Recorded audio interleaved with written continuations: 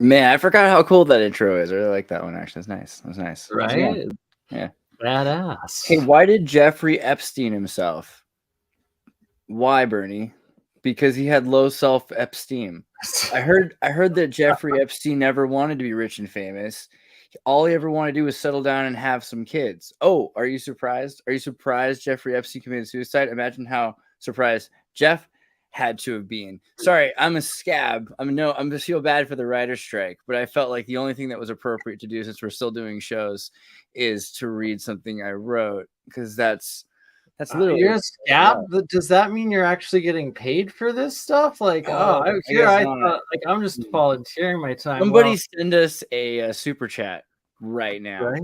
Just show us the power. Please and thank you. We are back. You know that union dues are $700 a year, and it's only like $1,300 to assemble a guillotine with today's steel prices. Damn, like, yeah, I missed you, bro. It's good to see you. It is, right? I like your jacket. That's a sweet. Thank you. It's a nice little sweater, like, dude. Super got silky inside liner. That's pretty sweet. Wish I could say that it was one that I made, but that was actually a Winners pickup. Good old Winners. But repping the BurnCon underneath, like the alien. Yeah, I've got sort of a yabba dabba definitely having a good time thing going on here. Is that a Xirtus? You got dope clothing. This is kind of a Fred Flintstone, right? You know, you got the Barney Rubble, right? You got Xirtus, Flintstone, and BurnEye Rubble here. Yeah, I think that's kind of the answer to this. That's how I make things work, bro. So I mean, there's a couple. We want to talk about a couple things. There's some, and then of course we've got Bernie and BurnEye. Here we go. The other angle. Oh, that's not even them. Wrong labels. I thought the labels. What are you doing awake at this hour, Melissa? By the way, live from the internet. It's Saturday. I don't know. Like, I'm really excited because it was Friday. Now it's Saturday. It's weekend at BurnEye's. Always. You know, some people are dead and we're alive. Like, that's how I feel right now. And it's interesting, like with television, how these people that can't have a show and that we can, right? So I kind of feel really excited because it's like, we have a show. We can absolutely several right, like, and thank you everyone for your patience as we were waiting here. Hopefully Jeremiah will be joining us with a live demo, but it was pretty late, and but this is like a back on the air kind of like plan thing. We also have some good, there's some science, but we also have some historical science stuff too. So we're going to have a couple different segments, right? We're going to talk about first the real science, going over a little bit of our plans coming up, like another Science of the Sound series with Ominous there. And you're quite the actual music producer, sound engineer yourself, and DJ. And like part of like why I delayed this episode by 4 hours, setting it back a half hour was we were actually making music. Xirtus was producing, showing, teaching, and we were looking up the different plugin that we're going to have to use in our next episode of the Science of the Sound to actually be able to try to put in some of these solfeggio frequencies, make sure that it's in the 432 hertz, and actually do real science tests and be able to create the same song, but one with these frequencies, one without, and do tests and stuff like that. It's pretty interesting, just like the more time I spend with the sound. And so when I was traveling, I got like these noise canceling earbuds on sale that were like this like Chinese knockoff ones. They're like basically knockoff of the Bose sound canceling though. So they have perfect sound canceling on it. You hear all this jet sound and it goes away.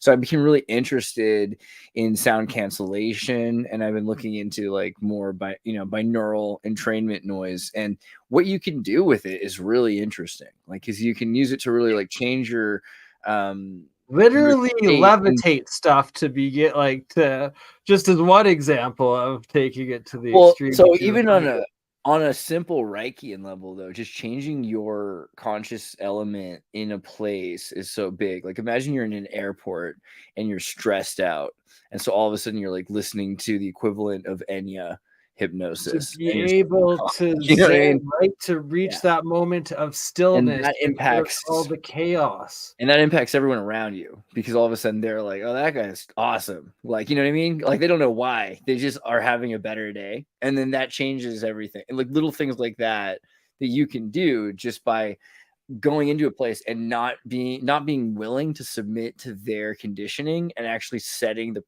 standard for the presence of tone and resonance. It's an interesting way to control a room.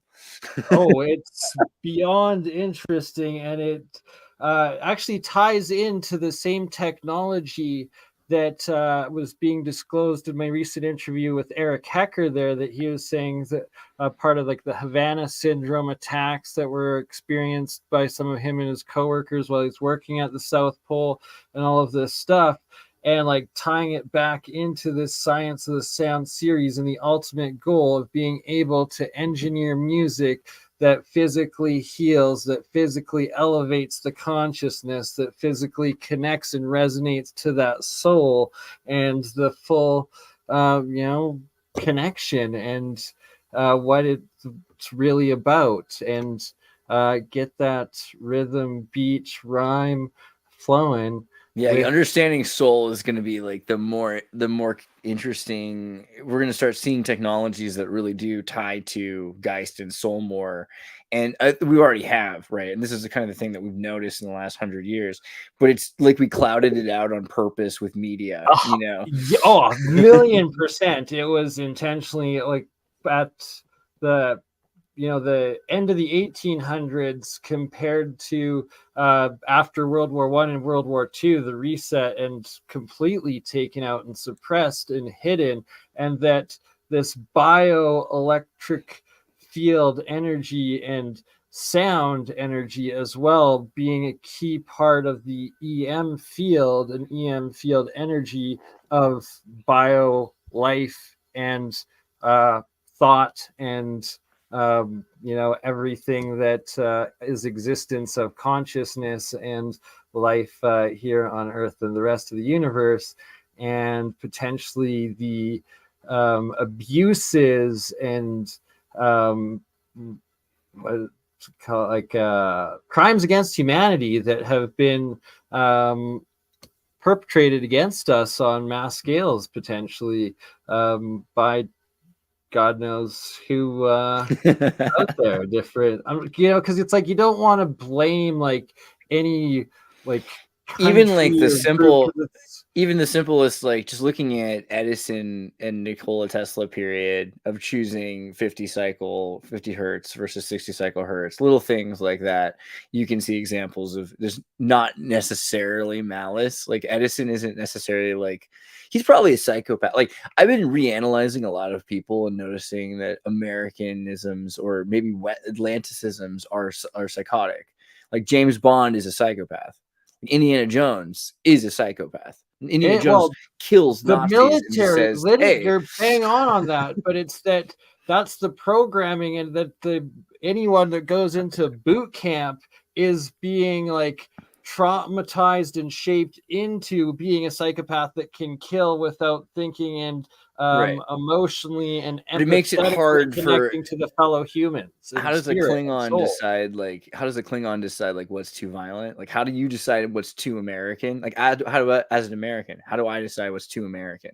Like Carnegie Mellon, Carnegie was this kid, like an orphan who like too American. As a Canadian, I will say too American was trying to rename French fries America or freedom fries. That was pretty American. That was almost definitively American if you think about it. They're like, we don't need you anymore. Like that's pretty American.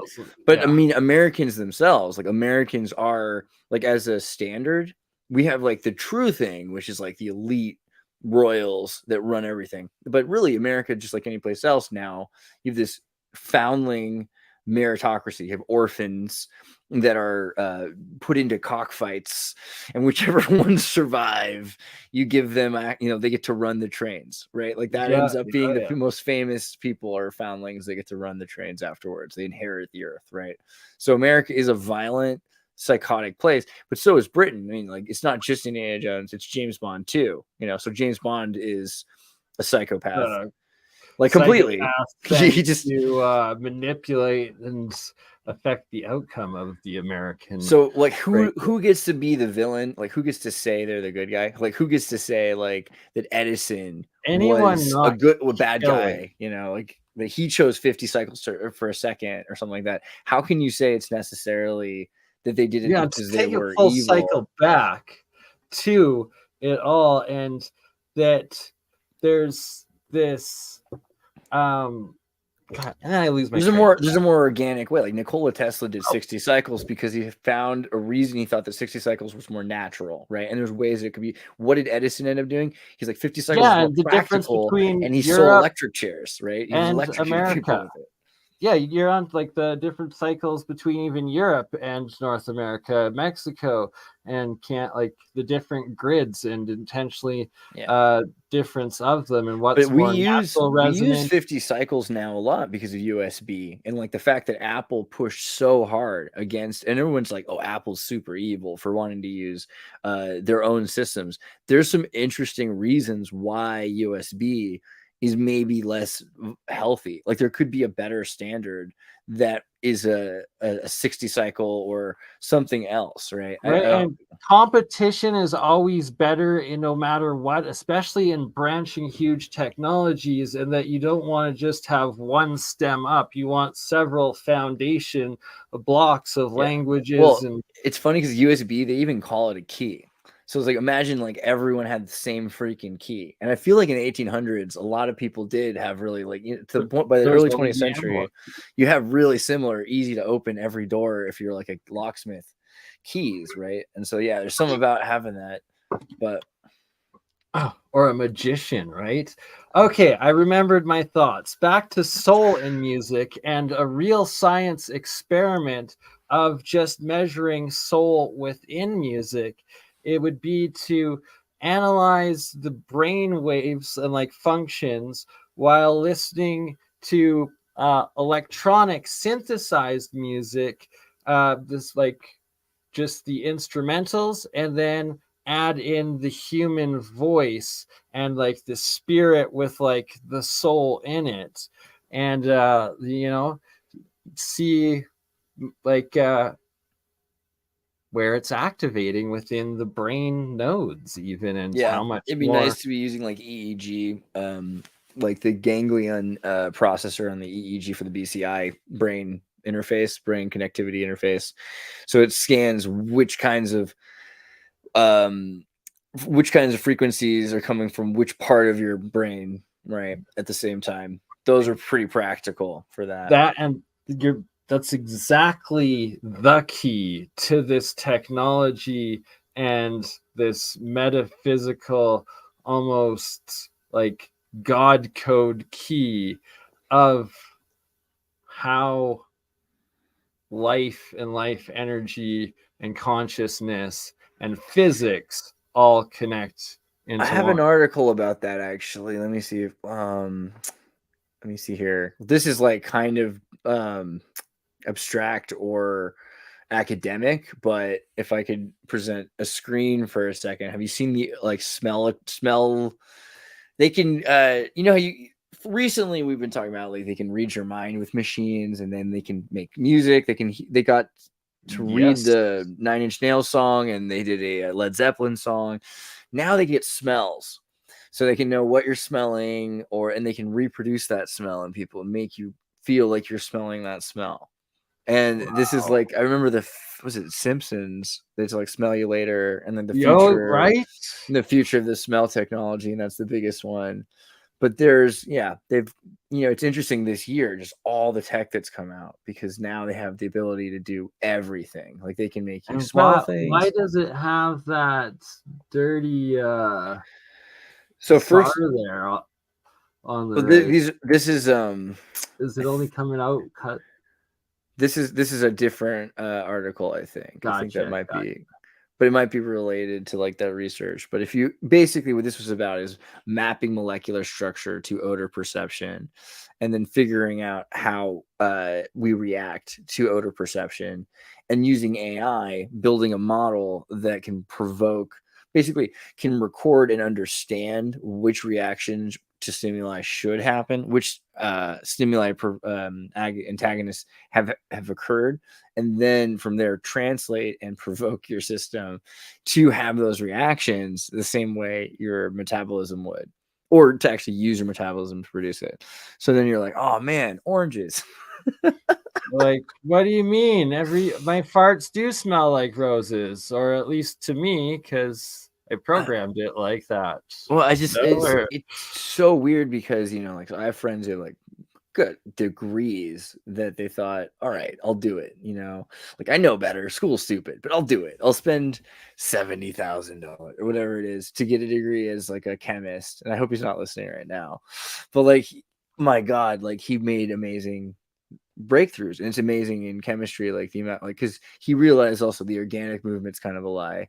Like you could easily have organic Which friend chemistry. of this is yours, and why have you not brought us together in He's such a Alchemist? cynic. He's such a cynic. You wouldn't even, yeah, he can't even, it's a lot to deal with. He's an amazing human being, but It's okay. Jeremiah would be the key he's between a lot us. like Jeremiah, but like if Jeremiah played Russian roulette more, you know. But I feel you.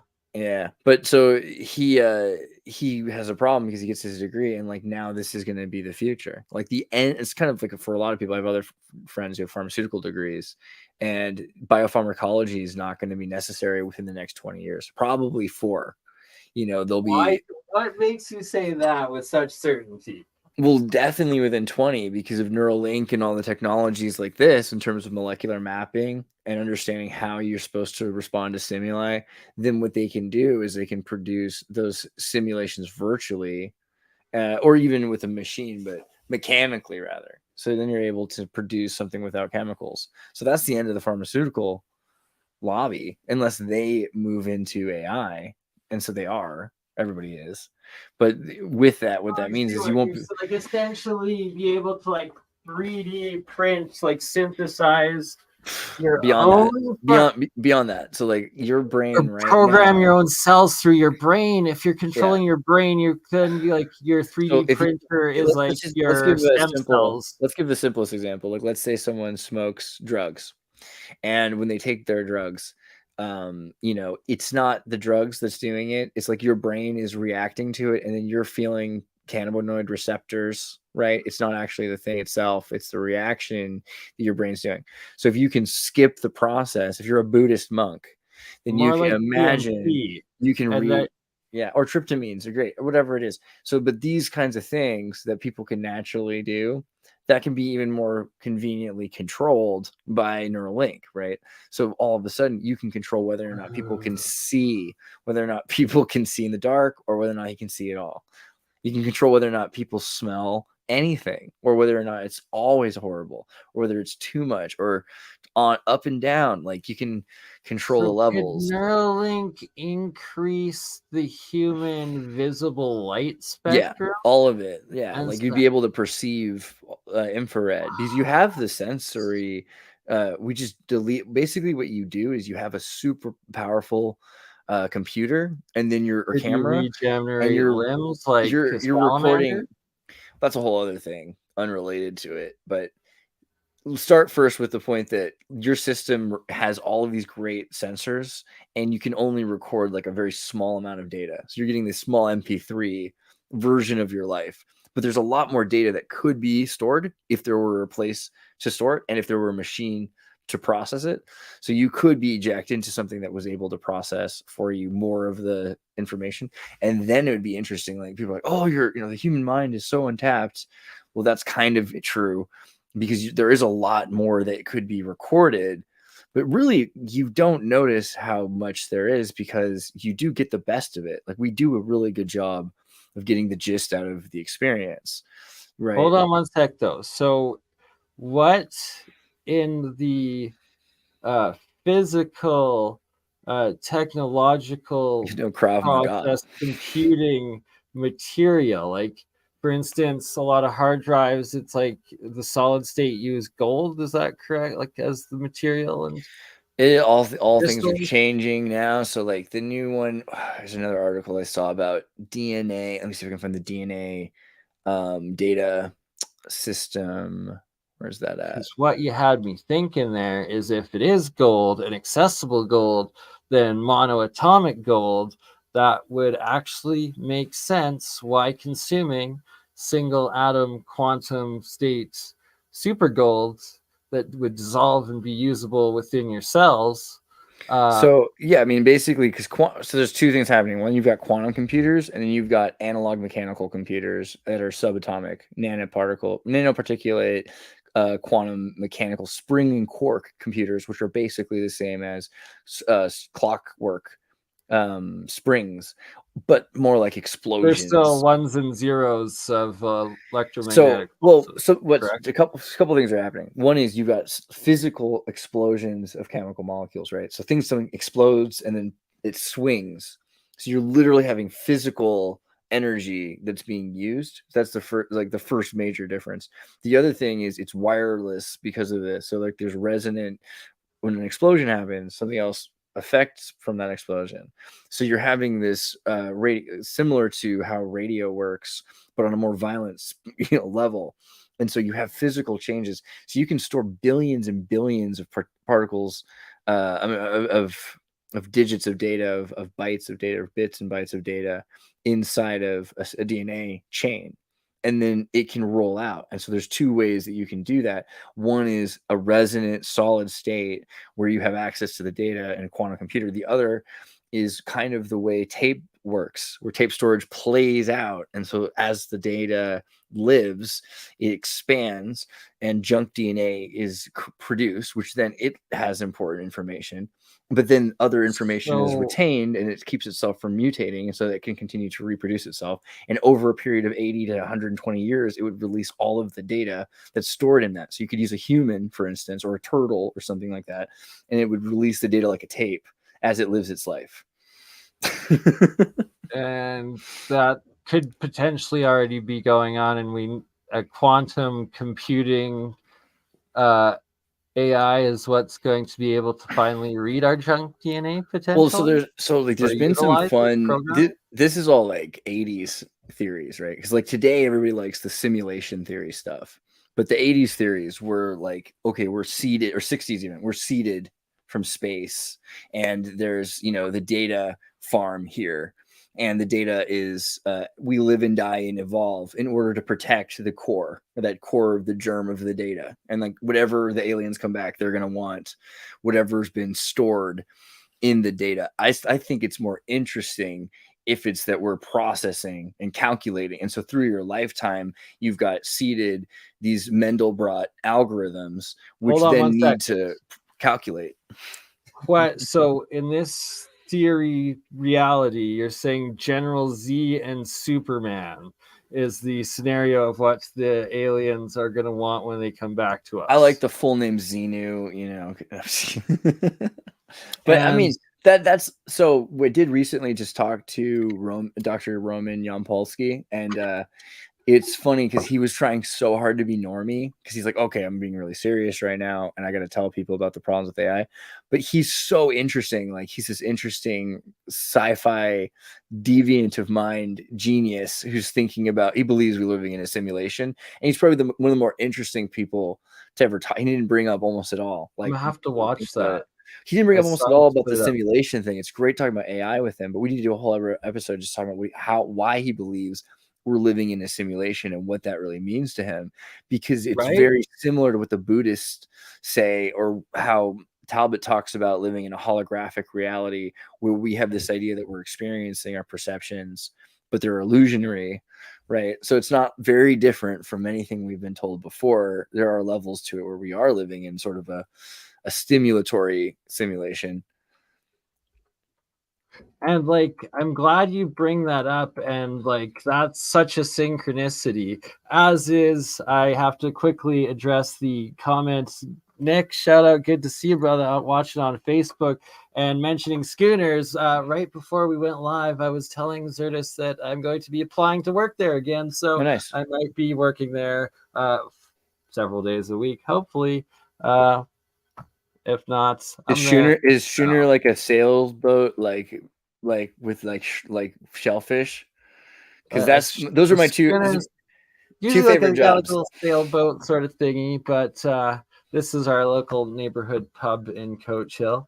Sweet. Yeah, Fuck, now I sounds forgot right, what I bud. was Sounds good. oh, okay. So the simulation and what I've come to accept, because it was like from a spiritual soul, like eternal existence, like side of like my own belief experience reality, I found simulation theory very hard to like, like just accept or feel as like what it would be or could be. And then the multiverse and like fractal universe aspect of dimensions and higher and lower dimensions, I then came to finally accept and realize that yes, there definitely is a simulation dimension, fractal dimension within the overall multiverse and universe system, just as like mathematics is probably Yeah. like a part of that. It used to seem And so nuts. Ben Gertzel used to say, like, years ago, it was like 10 or 15 years ago. So I used to be like, I'm a pretty open-minded guy. But he's like, yeah, but okay, so you've ever, like, how could it be that there's like as we look deeper, we find more and more and more.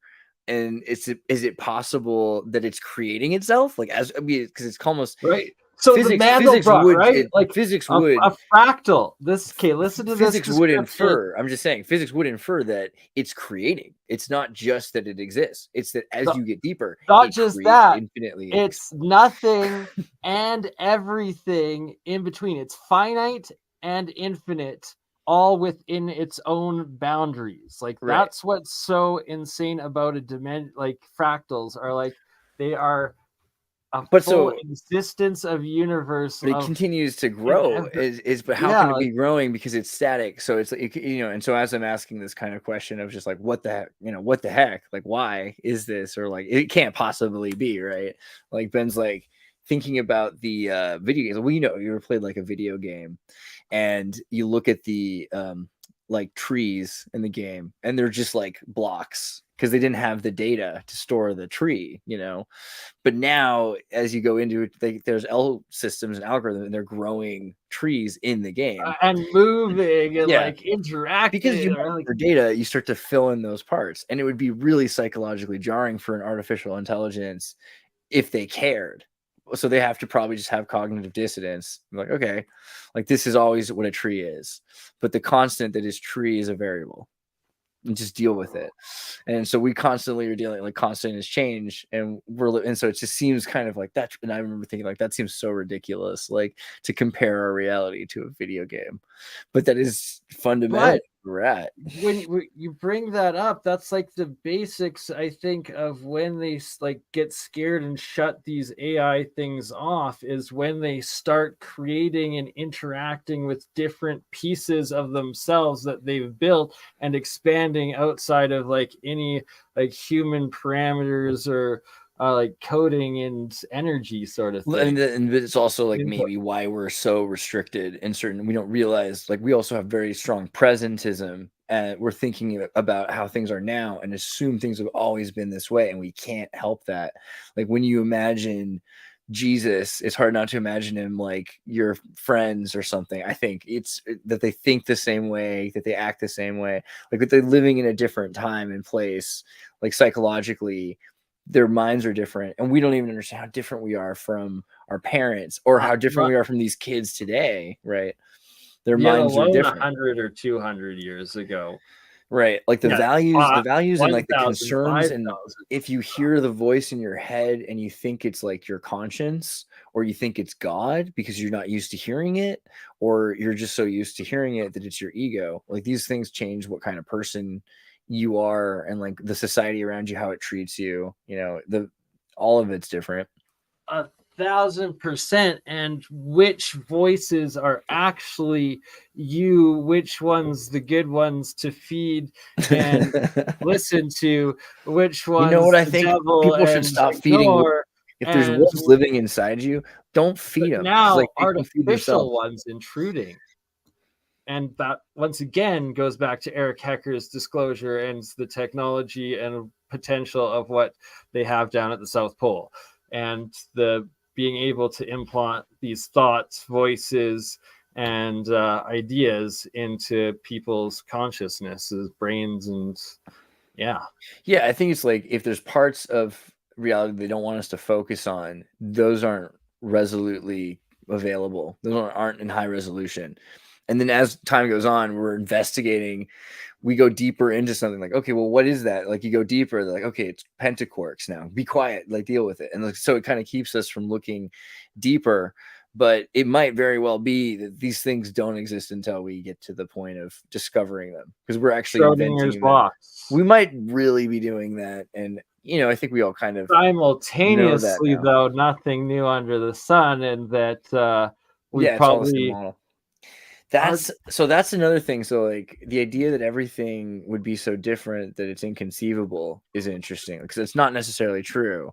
So many things are possible and so few things are possible.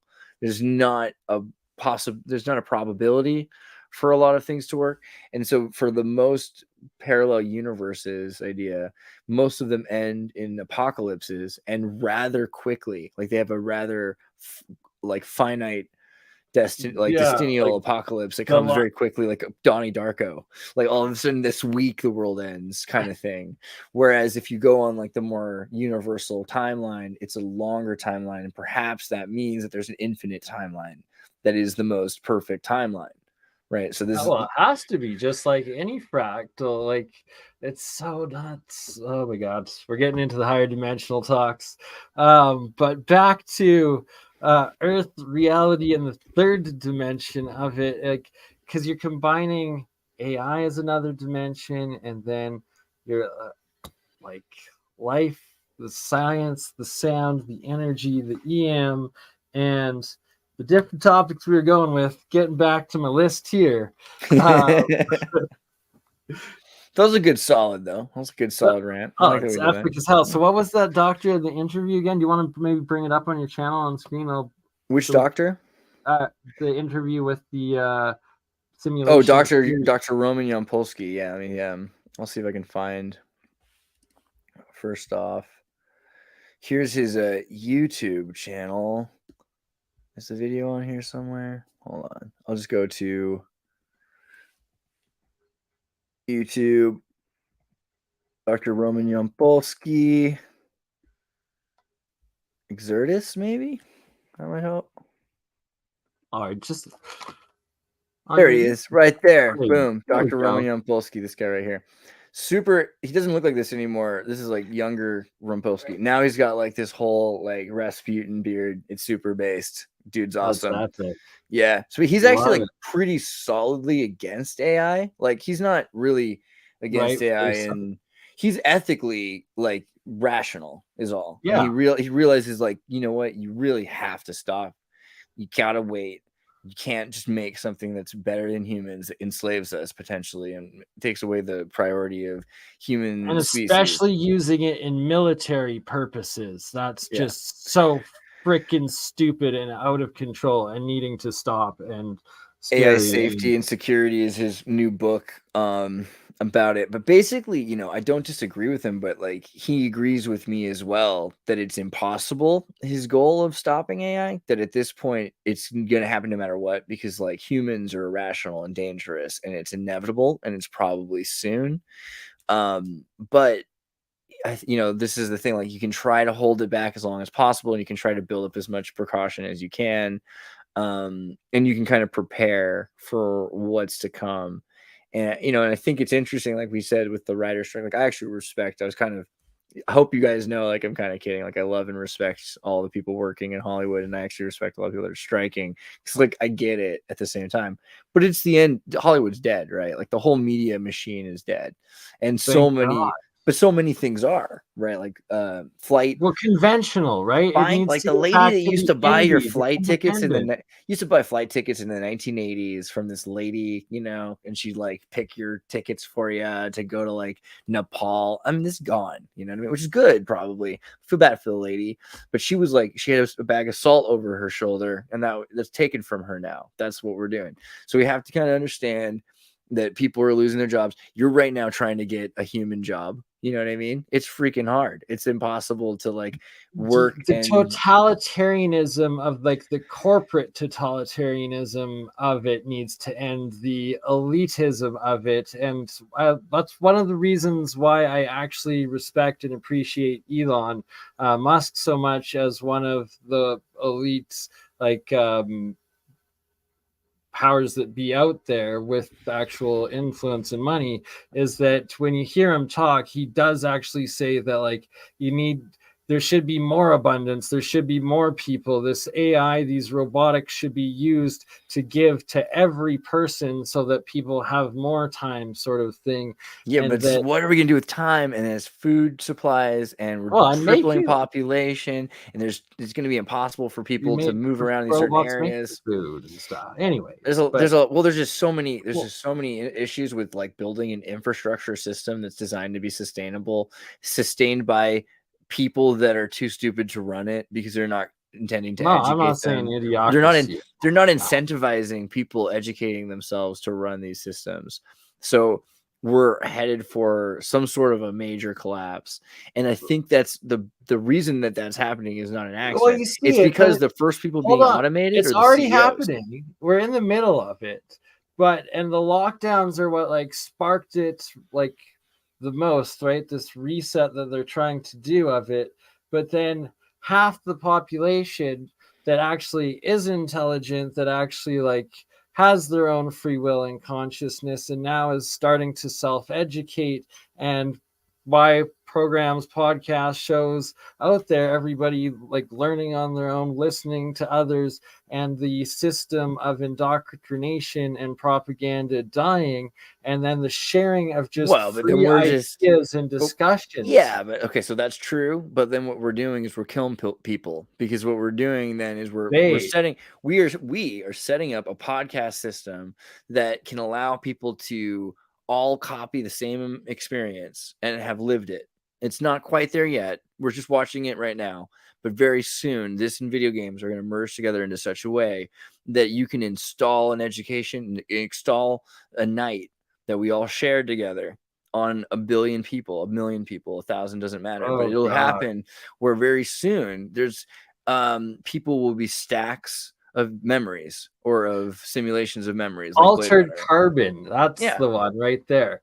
And I'm glad that you're bringing that up. And just like the what I appreciate so much about that is it's a fourth dimension consciousness and like human sci-fi, where spirit and consciousness can live through space time, and that it's not just this one like third dimensional single time existence, but this longer extended, possibly indefinite, as long as the system sustains itself and keeps growing, sort of thing, and doesn't crash. And Well, there's also going to be all these things where like we're taught not to believe in our technology. So this is like going to be a contentious one, but I think a lot of people were taught to be afraid of medicine through the 2019 situation, and because of that, there's going to be really wealthy people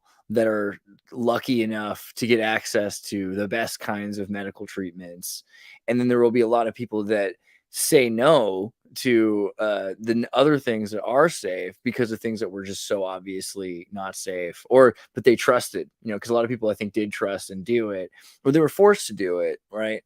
And so I mean, like, for instance, the adenoviral medicines, right now there's an inverse vaccine for multiple sclerosis, and AI is building these amazing yeah, new and kinds the of difference genetic between systems. old school real like applicable helpful vaccines as opposed to what this experimental gene editing therapy of Yeah, but what if the gene editing vaccine that turns was out? both What if the forced gene upon editing so many thing? people. What if the gene editing thing turns out to be like? So this is the other thing. Like, what if gene editing turns out to be some major godsend? Because now you've got Velcro hooks and loops in your promoter sequences, which are really easy to pick up, and you can add sequences to. So Could go theoretically, either way. if you're owned by the system, they can keep you 30 forever, right? And that's like CRISPR. If they want you to, I mean, or not they just could potentially shut you down, well, yeah, like but the not Tesla. okay. So, but no, actually, when you know about Oh, CRISPR, sorry. if you know about I found that Cas9, up. oh, it's cool. I mean, this is just one. Now that because Tivil brought that up, I wanted to talk a little bit about Cas11, because CRISPR, because they're come on. There you go. Because there's Cas9, Cas12, Cas11. There's a bunch of different systems. What's interesting is we discovered this. We didn't invent this. We discovered that DNA naturally is an interesting word, a protective sequence checker. So it checks to make sure that there's no mutation. And this is how, even if there is, because in life, you'd think there'd be a lot more mutations and people would die more commonly, except for the fact that CRISPR's Cas11 exists to make sure your DNA replicates appropriately.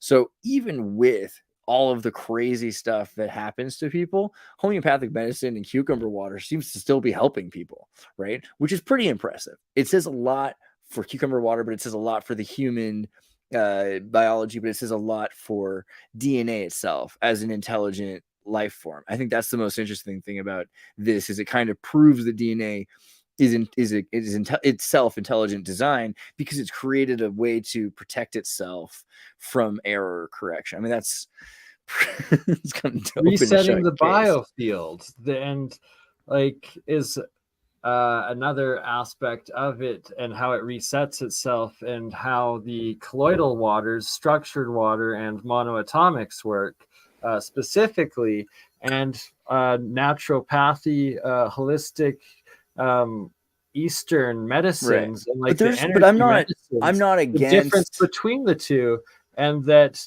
there's legitimacy in both sides of the Chinese medicine. They use West and East medicine mixed together now, and I think that's the answer, right? You need to have consciousness as your foundation. But this, for instance, so I was saying with the multiple sclerosis and diabetes 1 shutdown inverse vaccine is that it only hits one molecule, right? So with a normal vaccine, typical vaccine will designed just to correct that one thing, and it's an actual permanent cure. But this is gene editing. This, I mean, to make no mistake, it's just that it's in a way that seems like very limited, very scientific, because we're picking a specific gene and we can emulate it in so many fashions to find out what happens when you remove this gene. But really, there's probably like a dozen genes that are interacting together that are in a web that we have to understand. I mean, this is what we were talking about earlier about synthetic biopharmacology. What are you going to do? Just make a THC molecule? Like, that's not enough, right? Like, it can't just be synthetic one thing. It has to be an array of things that work together. So learning how the promoter sequences open this sequence and that sequence, you're able to pull out the one that's causing the error. And we can learn where that sequence comes from, because usually what it is like 9,000 generations ago or whatever, somebody got a virus. That's usually what it was. So we can compare that DNA to somebody else's DNA and say, okay, well, this is how that football play should go. This is where the real shot science of the past 3 years should have come out, but instead it was highly suppressed. But it finally is starting to come out, and that's a very positive step in the right direction. And it will be really hard for anyone to get medical help, though, because they're going to say, oh, well, if there were side effects, it could have been from like your life. Your life is really likely to have side effects at this point, no matter what you do. What was this? Right. Okay. So sorry about that. Oh, good. No, this is essential stuff. And what you're describing here is the actual science and technology, or the technology of the science that is history will inevitably, and has already begun the process of starting to apply in scrutiny and in reflection of what's transpired over the last 3 years. And once the actual real science undeniable evidence of the gene edited origination of the whole situation, and It's then so messed up. Did you watch Star Trek? Like, are you into oh sci-fi yeah, futurism? Because like you I know what love happens new next, right? Star Trek Discovery, new I actually worlds. watch. You know what? I actually watched Discovery now, and I'm not gonna pretend like I loved it, but it wasn't nearly as bad as I thought it was. And like the fact that it's about mushrooms in space and all this stuff, Right, it's hard to I was hate. just about to say the Yeah. mycelium network Dude, is Paul every like Stamets and all that stuff, like, you gotta give credit where credit's due, but it is space fascism, and I think it's worth like, I actually like Discovery more because I'm a big Starship Troopers fan, and it's just about right. it's fascist space, right? So what's really interesting about Starship Troopers is it's presented like they're space fascists, but almost without antagonism, and the same thing with Discovery, like, they're clearly this evil, fascistic Earth Federation, but they present it like as if they're okay with it, like they're the good guys, like woke. Woke means woke. Every fascist thinks they're woke, so it's just really interesting to watch a show about like evil people that think they're the good guys. I think that's the thing I like about it the most. What I also enjoy, like, have you seen all the seasons? Like, the I think season 3 or 4, with like the AI and like the Mhm. bio, like all of the different, like it's another It's sci-fi before that Chat is GPT came higher out. dimensional in its like It talks about ChatGPT a this, year or two before ChatGPT came to the scene. It's like everything that the news has been like saying about ChatGPT for sure. But the thing is about Star Trek and the whole, I forget, we should get that list of the space timeline that shows you like future movies, like what years they are. But we're about to hit the point, like in Star Trek, you've got right in the 21st century, there's like eugenics wars. And so that's very soon, according to the Star Trek timeline. You have the what are they called? as They're well. like, what are the name Right, of like the there's all these bad ones. There's that one, and then there's like Star Trek the same thing with like space? Terminator series and like the timeline for Skynet. Like we just gotta stop these Oh, what are things. they called? Somebody in the comments remind me, because it's like, everything's Roman in Gene Roddenberry's satanic space futurism. You've got the Romulans, and you've got what are they? The Illyrians? Are they the Illyrians? The Illyrians, right? Isn't that it? Star Trek Illyrians. Is that right? Genetically engineered. I forget. They're the one, like, so Oh like yeah, they're one of the they're into right, genetic right. modification. Genetic modification is forbidden. Pike's first mate, number one, she's a Illyrian. Illyrians are That's also from New Worlds, Croatia. right? The other one, Yeah, like yeah. Strange New World, that, or whatever. New World, yeah, Brave New World, whatever it is. Brave New Worlds. That's Is it more. Strange I New think. Worlds? Or was it Picard? Was it Picard? No, it's No, Pike's. Strange New It's Worlds. Chris Pike's Yeah, number Strange one. New Worlds. But the thing is, like, so in Star Trek, you've got a human population that starts to work on eugenics. And if you just were to start to remove the viral sequences in the human genome that have been acquired for God knows how long, many generations ago, even before Homo sapien, maybe some of these come from uh, Neanderthal or from Heidelbergensis or something like that. We have viral Right. sequences that are the reason why our DNA Answer is short. And it's biblical. Like the Bible talks about people living for 1,000 years, and you're like, well, is that possible? Yeah, apparently, if you remove these viral sequences, which are inhibiting your DNA from living for so long, then you could live. So we're going to see that. That's the next major Methuselah project. The Gray, what's his name? Alex Gray. Is that right? Not Alex Gray. What's the guy? David Gray. Maybe. Not sure. End Death, Dr. Gray. What's his name? I forget. There's a doctor. What's his name? And anyway, there's a bunch of these different groups that are trying to end death. And even the United States Transhumanist Party is part and parcel to this. You end aging and end death. Methuselah Foundation is one of the major ones. Let me see if I can find. So I brought up a short. It got it from Brittany. Actually, posted it to her channel, where I saw it off of TikTok, where this guy's talking about cellular voltage and quite fast. Actually, no. You know what? I should bring up Brittany's channel and play the full thing. Much better. About Nice. is it recent Tartarian? Yeah, recent Tartarians. Recent Tartarians. There she is. It's a great picture. Nice. That's awesome. Well, look at me there. Must have been really tan. Summertime. What? What's her other channel? Actually, I think it's. I don't know. She's got so many things going on. Truth Fairy. Truth Fairy, or is it just Brittany Solomon? I have no idea, man. I don't know. She's got a bunch of things, a bunch of these scattered all over the internet. Darn it! Which one was it on? Not this. Maybe go to channels, or they all tied together if you go to her channels page. Maybe. Hopefully. No, of course that'd be too easy. Okay.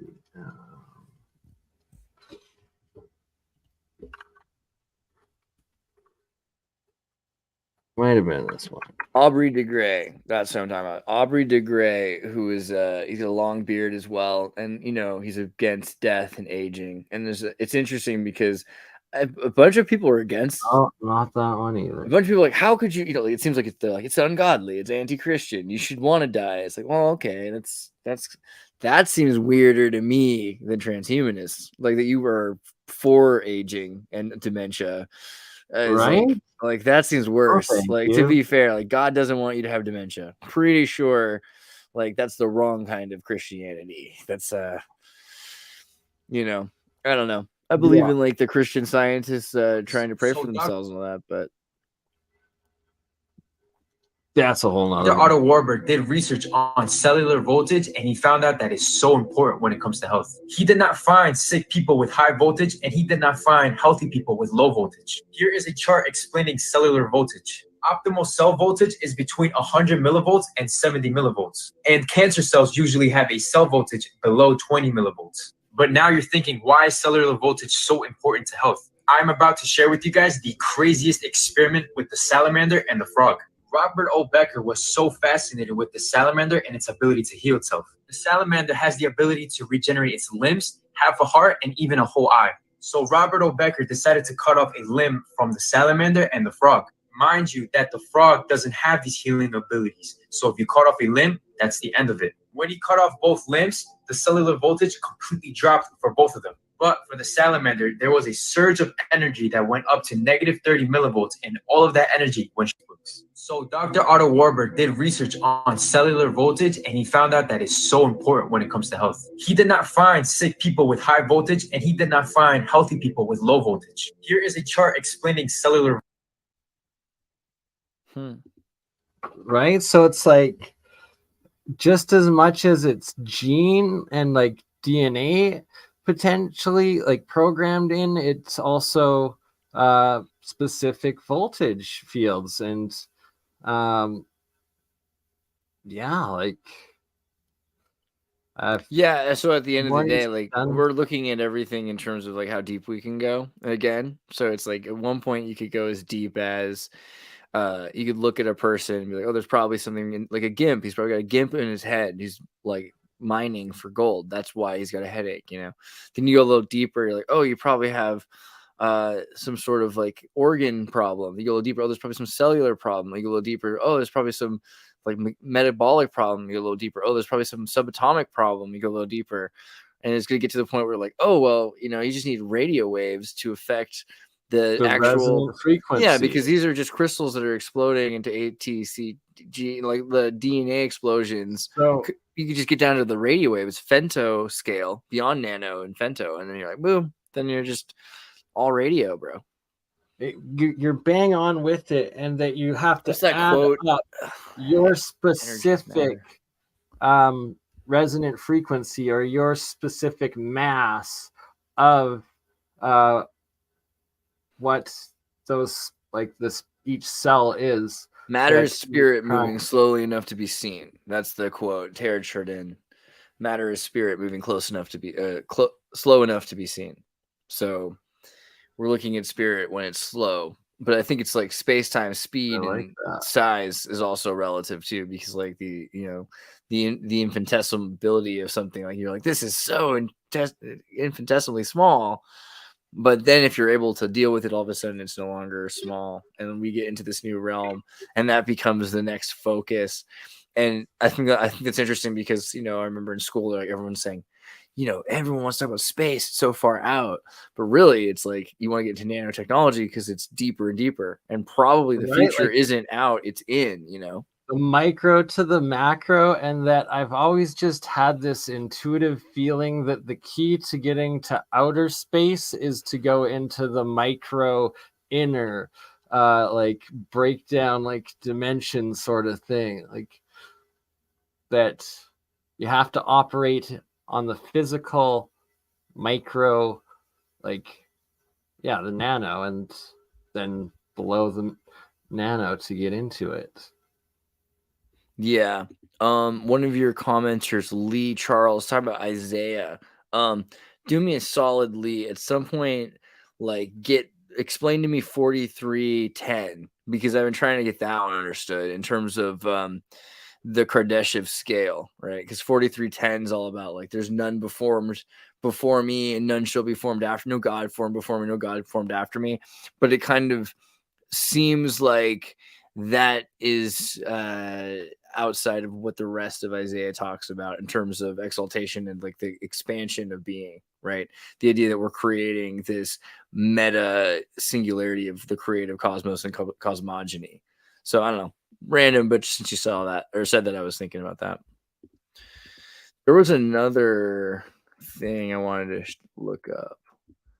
Or do you have another one? Did you want to look? Oh, we were talking about the salamander thing. So that's the other thing with the salamander thing is you can inject a sequence that will then start the same break. Because all you're doing then you're creating a viral sequence, and then it starts to change. Right, like so broadcasting that sequence onto the frequency and then interacting with the energetic waves, and that's actually the perfect segue to what I suspect and theorize is the Kirlian frequency being the specific missing key of the frequency to be broadcasting that on, because that is the aura light energy, and you want to connect it with the resonant sound, or you're connecting the EM, right? The electric and the magnetic, the sound and the light.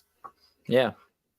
And that's what it all breaks down to, essentially, is we are sound and light beings. We are all made of just electromagnetic sound, light, energy existence. Yeah, it's also interesting. Like you saw the lithium thing, like how America found like the more lithium in America than in Chile. Like all of a sudden, yeah, we have like more. It was like 40 million tons, or what is it? Yeah, 40 million tons of lithium discovered in a volcano in where is this? One volcano. Yeah, in Nevada, Oregon border. They found 40 million tons. Yeah, so it's like this is a big deal because Nevada, also all that land's owned by the government. Like most of Nevada is owned by the government. Very few people live in the outside land, but you can prospect in Nevada. And so lithium prospectors for the last 5 or 10 years were getting pretty big because they found like some trace of it. And then boom, somebody went and found this. Some big prospector, Annick Borsch, geologist at Leuven University, Royal Museum, contested by Native Americans for whom the land is sacred, of course. What do you expect? So there's going to be just like crazy amounts of lithium coming out of Nevada, which is going to make Nevada super wealthy. But it's also going to be like electric cars, boom, because it'll be the new Detroit. We'll be able to have out of Texas and Nevada lithiam batteries. So yeah, in terms of light, in one electricity, volcano. and energy. Yeah, it's just amazing, right? Salt resonance. And it makes electric vehicles a lot more viable in especially in America. If Well, that just is if you the think about how case. salt like was always the most important, salt was more valuable than gold. The Russians traveled to Africa and back and forth. The salt route was more valuable than the silk route, you know. So it's just we're back to it. Is all it is. Nothing new. Now you're That's all. bringing it back to alchemy, my work, and exactly what Bert and Ernie are. And my ultimate goals of experiments are these salt electrolysis hydrogen battery reactions, and Sweet. the potentiality that, in fact, um, this stuff is metamaterial, as well as turning basic water with you add salt to just salt water and a small voltage, and you're getting a whole bunch of hydrogen and oxygen and fuel Wow. out of it. And Yeah. That's awesome. I should actually plug one of these reactions up right now and give a demonstration of it. And as little as 5 volts could probably power a small vehicle with just your salt water. Dude, And it's happening. Yeah, the future of just like resonant energy is going to be interesting, but I also wonder like how they're going to react to it. Like, hey, FCC found that you're producing free energy and it's like it's messing with our radio waves. So you're not allowed to make free electricity. Like I can see all kinds of ways that they're going to say, that's "Oh, the you're causing key. cancer." Don't cause cancer. In Yeah, you're the fact, bad their guy. system is causing cancer because it's Allegedly. the dis-ease, and they're bringing you out of your homeostasis energy and putting your cells into this agitated state with the frequency of the cycles per minute and the um, electrical volt power that they use, as opposed to more natural DC. Why was Yeah. everything this? See, DC comes from the ground, it comes from the sky, it comes from the environment, it comes from chemical reactions. What is nature? AC is only motored. It's back and forth. You're creating exponentially more work in this electromagnetic system by completely changing and stopping and changing the momentum of the energy in 2 directions, 60 times a second, like Right. as opposed to just Is one simple liminal in the chat? Am I making a statement? Yeah, I think I might be. I don't know what that statement is. The statement I'm making is where are you and where is Jeremiah? Yeah, right. It's more of a question. The I guess it's more statement like is it's a statement like Jeopardy, I guess. the Jeremiah statement and was, you should have seen that stash before we went live. It was probably 5 times the size, and he shrunk it down yeah, I was trying just to do the pencil thing. to look beautiful for Jeremiah and his arc experiment. This is for you, liminal. Really, I thought you need. I was just like tone it down a little bit, so you didn't get all over the place. But yeah, I don't know. I thought, are you guys gonna do your science stream? Jeremiah is supposed to be setting up. I don't know how well that worked out for him. Yeah, if he was able to get it tonight or not. I do have some things we can show in them, like for a bit, and just before. If you're gonna show up and do a grand finale, Jeremiah, we understand. But hurry yourself because it is late. I did MIT has a new underwater communication system, which is pretty interesting because it's working by controlling like a high resonance band of signal. So it releases the signal, and then another thing has to pick up the signal and break it apart later. So it gets a lot of information in a burst, which is pretty similar to what we now think the whales use for their communication, as AI is still in the process of breaking down whale communication. It has like there's a lot in that signal. It might be something like a 256 SSH, like built into a single tone that is spread out over like 8 notes. And backscattering is like the technology they're using. So there's a lot there. Damn, I missed out, she says. Right, I will send you the link right now. Yeah, get up in the stream. You know what I mean? Otherwise, all I got left is some rant about like the ancient history stuff or the Yeah, geography. yeah. Well, that was the second half of it. If they Yabba dabba definitely. didn't have a full hour, yeah, definitely. We got Fred Xirtus and well, your mixture of Mario and Luigi and Fred Flintstone and God, I Yeah, don't is it even know who's the bad what I guy? know. The bad guy in the Flintstones who had the mustache. He's a Rockefeller, Oh, right? I totally forgot about Feller that was a one. Rockefeller. Yeah.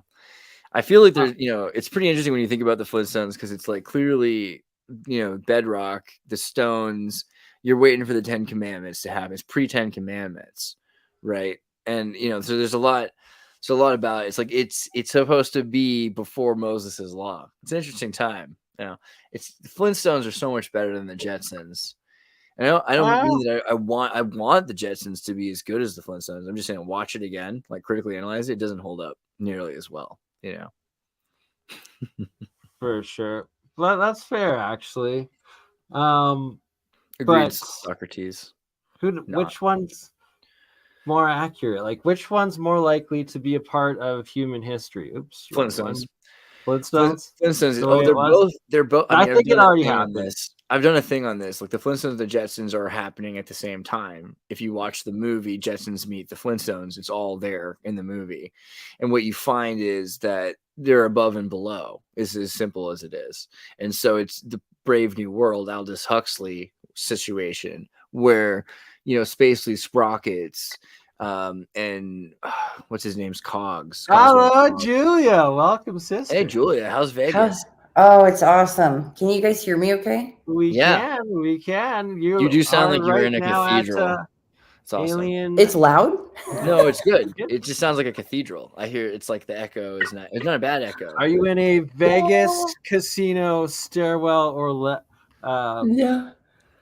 Dude, I just got out of the bath. I went to go to I can hear the potty this morning, and the potty. I went to go potty this morning, and I look over, and it was a gecko or a salamander in the bathtub. Dude, I know that Mormons don't believe in salamanders or whatever, but like it's a sign, isn't it? Like probably salamanders everywhere. Come on. Was it like more reptile than amphibian, correct? Dude, salamanders, the newts, bro. It's the newts. They run it.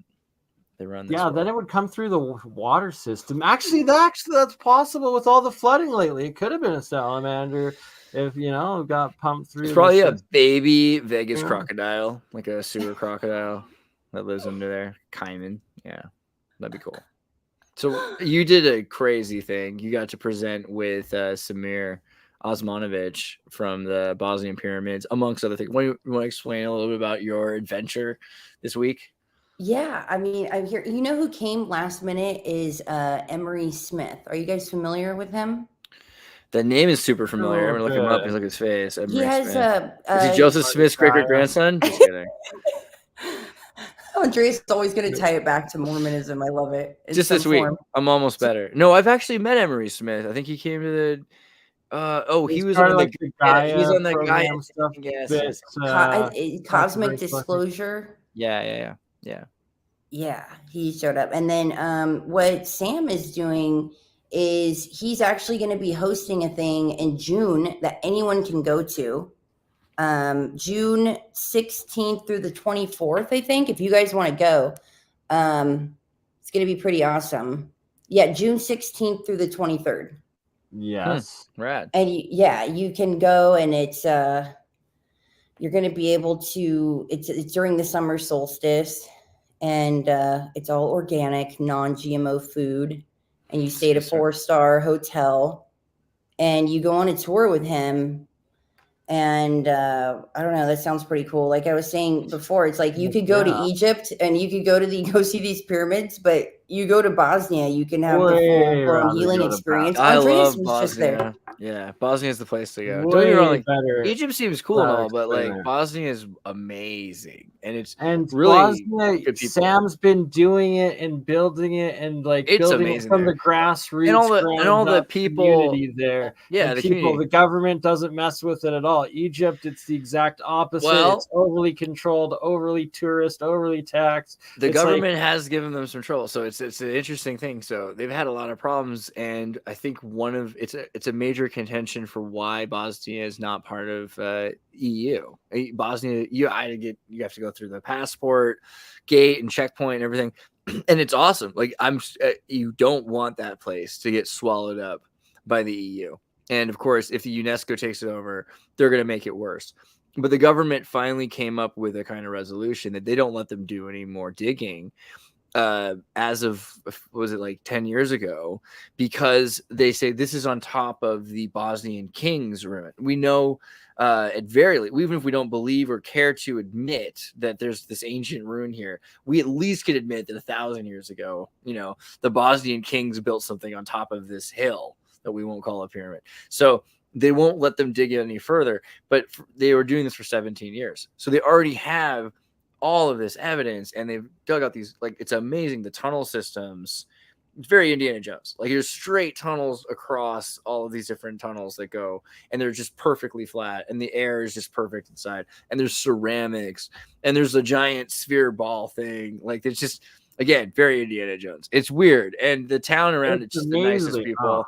And for like 1,000 years, that town's been like the source of the leather. Like the Bosnian kings picked it as their, like this is where we're going to be. And then they have the finest leather work in Europe is there. So you see just amazing art. That's like it's the culture around that region. You can just imagine, okay, what would be around here for 20,000 years? Like what kind of people would live in this area? It's really powerful spot. Hey, Liminal. Yeah, because you were there this summer, right? Like, for those that don't know, Xirtus went and actually got to, on your channel, there's a little 5-minute with Sam while you're at the Bosnian pyramids. But, Julia, you're saying that he's putting on an entire... Is he still there, by the way? Yeah, he's here. Tomorrow he's got a talk tomorrow, I think at 10. And he's going to go for a while. And he was at the banquet tonight. He's such a legend. But if you want to go, it's like $1,400 per person. That's not and bad. The email is info at PIRAMIDASUNCA.BA. If you want to put that in private chat, I can post it. Okay. Of course, you could also go to Bosnia in the dead of winter or the heat of summer for like $300. And when you get to the pyramids, it's free unless you want to do the tour thing, which is like you're supposed to do an intro thing because you can support them. It's like $10, $10 or something like that. But after you've gone once, it's just like you go forever. Anytime you want, you just walk into the pyramids for the rest of your life. And there's like times. That's awesome. And yeah, I met these cool kids who were, the other thing is like they're all Muslim in Bosnia. Not all, but a lot of them are Muslim. But they're Muslim in the most chill, like, yeah, bro, I'm a Muslim, bro. Like, you want to go skate? Kind of like, they're not like, and like the girls, you can tell they're Muslim. You can tell they're Muslim girls because they have a green halter top. You know what I mean? Like it's a a different culture. They're just super open, down, positive, chill people, super clean because the Muslim thing, they're really the hygiene. So they have like foot washing every corner of every block. There's people just washing. I totally messed up. This isn't in Bosnia. It's in Egypt. Wait, what is? To go to Egypt with him. Oh, he's going to the pyramids of Egypt, so he can be actually, I would pay $1,400 to make fun of the Egyptian pyramids with him. That'd be hilarious. Like, yeah, this is way smaller. Oh my gosh! $1,400 to go to Egypt? No, that's $2,400. I'm sorry, I'm totally just annihilating. And I'd be like, it's not the size of the pyramid that counts. That's what I'd constantly be saying while he's trying to derogate those poor Egyptian pyramids. Okay, sorry. It's for $2,400. You could go to Egypt with him. And he'd be like, I think they're crooked. These pyramids. But the Bosnian, but the Bosnian pyramid is June 16th through the 23rd. I'm sorry. But either way, that's okay. December 2nd through the 9th is when you could go to the Valley of the Kings and all the major ancient Egypt temples with Osmanagach. Sorry. Yeah. That'd be cool. That'd be cool. And or so one's in December. Yeah, Next time December 2nd through the 9th, and then the other In one is the Egypt, solstice and in the solstice Bosnia. in June is Next in time I go to Bosnia. Egypt, though, On I the gotta solstice go. in I Bosnia. gotta go to the new administrative city. Have you guys seen that? Have you know what they're doing there, man? Oh my god, I've heard of that. That's nuts, actually. dude. That's all I care about. I just want to do that in Turkmenistan, so I can like kiss the Yeah. feet of the Turkmenistani So, golden statue. Turkmenistan as Of course. well as Kazakhstan. No, Kazakhstan's cool, but Turkmenistan's weird because they had like Yeah. it's like a Oh, I know. Soviet Arabic like still a state. monarchy. It's like North Korea for Back- Muslims. It's a brilliant thing, and they've got like their Book of Mormon for the Turkmenistanis, and I like it. I think it's neat. and it's full of Tartar people. Yeah. Oh, for Full sure. of Tartars. But was it? Yeah, the administrative city, the new administrative city looks like a cross In between Egypt, Burning Man yeah. and Epcot. Yeah, Egypt's built this city. They're like, you know what? We don't really need Giza. Let's just move out. So they just built a new city, and it just looks like this horrifying space colony from the Terminator franchise or the Matrix or something. And it's just beautiful. And they have temples everywhere. It's just crazy. You know, it's just all the money. And they're like, then we'll just leave Giza. I'm like, all right, if you got a problem, the police are going to leave. The administration's going to leave. Just going to abandon it, basically.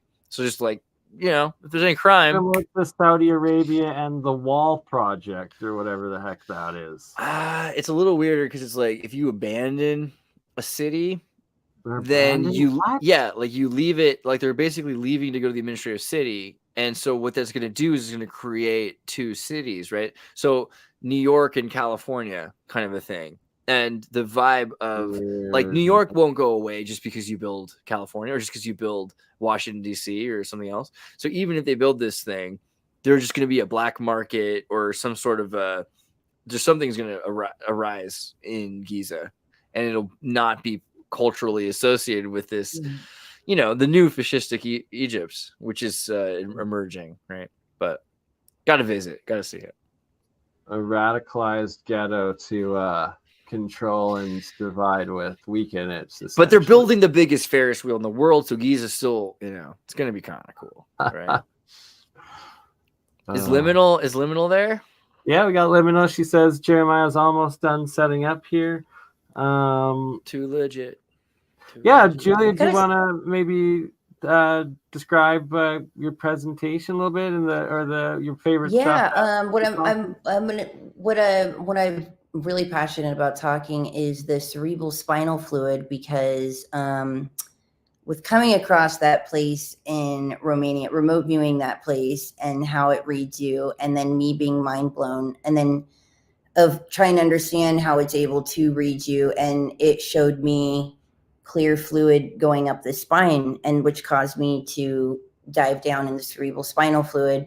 And then it's like it reads it photonically, and I just feel like sorry about that, back. Hey, Liminal. Hey there. Yeah, so reads you photonically, and I feel like that is the future of, you know, the biophotonic, and that there's so much about the cerebral spinal fluid that I didn't know, and how fascinating it is, and how it does stream very similar to the heart. It's not a steady stream. It's two individual axes that spin around a third, you know, ventricle, Like and the way that it spins like similar DNA. to the heart. Yeah, and the DNA. And so my presentation is a lot about the cerebral spinal fluid. I should do it. I should come on and do my presentation 100%. so you guys could all hear it. Yes, please. That would be epic. What was your favorite? Did you catch any other, like all the speakers? You know, Brad Olson had a great talk. He did, you know, he focused on giants, but it's great getting information from somebody that's 6'7". Like you're talking about giants and you're 6'7". I believe you. That's a giant describing giants. Like they gotta be giants. His was really good, and the panel was such a brilliant panel. You know, Laura Eisenhower, her grandfather was President Eisenhower, And so she brings a lot of information, and that's in her bloodline. So it's Super rad. Yeah. And then Emery Smith, he had said that he autopsied what was the quote, like over 3,000 different aliens or whatever, but he clarified it on the panel when we were all up there yesterday. He was like, it was specimens like from different types, but he was being more specific about how many it was. And he was diagnosed actually with I forget what type of cancer in November of last year or November 2021. And he was saying that they were trying to tell him, you really need to have chemo and you need to get this, and not giving him much time.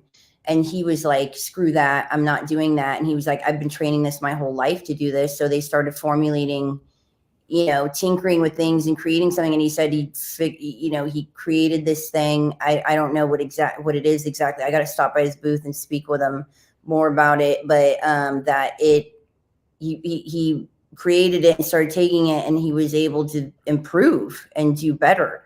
So that's interesting to me of what that is of what he created. And then who else?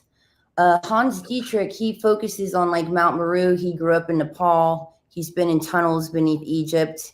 He has fascinating information. And, Osmanagich is like, just his talks are amazing. I guess he's got 2 new books, and he wrote one of them with AI. I got to get those tomorrow and check it out. But I really loved his last book. And that is a really good book.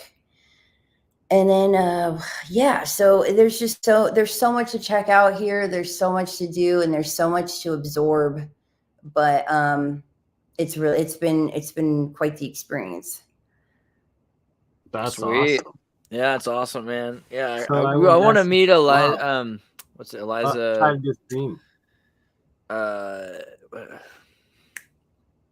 President's granddaughter. Sorry. Oh, Laura Eisenhower. Laura Eisenhower. Sorry, I want to meet Laura Eisenhower. So yeah. Also, if you see her again, let's try to connect with her. Okay, for sure. Interesting background for sure, to say the least. Yeah. Hey, so Exotic Propulsion, are you the man behind the curtain? How you doing, Jeremiah? You all right there? Finding my mute button. Oh, I missed your voice. Welcome.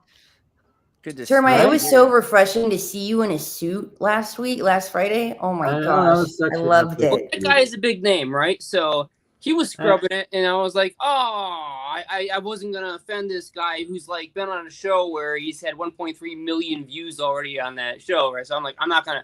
And he was dressed up for that, so I'm like, I'm not gonna scrub it for this. Absolutely. And then he's like, well, this is just this little channel, so. We're not going to try so hard to make this a pro presentation. We're just going to get into the nitty gritty and say whatever the hell we want. And oh, dude, if I get any older, whatever we want, I might start wearing button-up white collared shirts every day. I don't know. It could happen. But thank you for the compliment. I appreciate that. If the need calls, I dress up for it. But otherwise, I don't. And if the need really calls, then I ask Liminal how to teach me how to dress up for it. Yeah, Liminal, you should dress him. Just send a few bucks Jeremiah's way, and I will dress him up real pretty for everybody. I'm gonna put Men's Warehouse in the description of the donation just to make sure you don't take it the wrong. I don't want to look too pretty, When we met, he had a chin beard, and I let him know that had to go. You know what you should do? You should grow out just the neck. Just the neck, just a nice strip. We're both honest with each other, and I just let him know it wasn't working for him. So, well, and also, there were functional reasons and benefits to that as well. Why you don't want hair on your face? Yeah, because Liminal pulled it right off of your chin. That's probably why. Functionally is a bad move in a fight. Actually, I didn't have to convince him that much. He's like, okay. No, I'm like, well, there's a great idea. Another fun thing. So, I mean, amazing that you were able to navigate the interpersonal dilemmas of your relationship. However, what is this machine? What is Yes. this? What is that? Okay, so let's get into this. Let me show a little bit more about what this thing is with the aid of a light source. Okay, so I will pop this on the tripod. Boop. Okay, so we are looking at two parallel plates. They're adjustable in height. I've got this whole thing was just crudely rigged up, so you'll have to forgive the imperfections. Wait, really quickly, I just want to say, not Socrates. He wrote FE, and I know he means flat Earth, but I'm going to pretend he meant FE, which is iron. So I'm going to read his comment. Dude, I am pretty schizo at times, but I can't do iron. It is fun to read about it and see people get so upset, though. Sorry, I thought that was worth it.